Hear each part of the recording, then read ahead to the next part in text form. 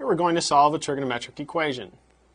We'd like to solve the equation negative 3 cosine of pi over 2 minus theta is equal to tangent of theta. And we want to solve that on the interval 0 less than or equal to theta less than 2 pi. The first thing we'd like to notice is that cosine of pi over 2 minus theta is equal to sine of theta. So we'll have minus 3 sine theta is equal to the tangent of theta. Next, we're going to bring the negative 3 sine theta to the other side, so we'll get a 0 on the left.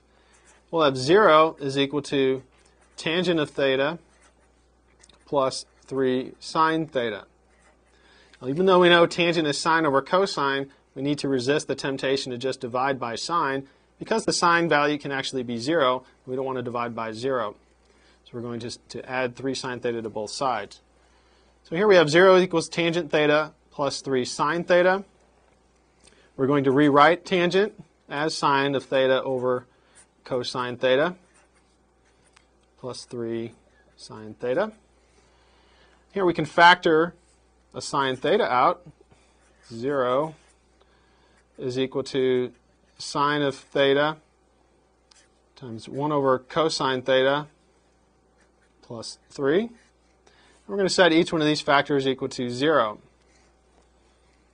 So we'll get sine of theta is equal to 0, and we'll get 1 over cosine theta plus 3 is equal to 0.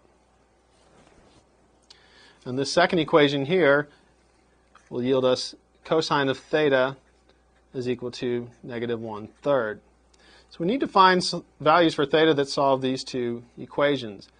We know that sine of theta is going to equal 0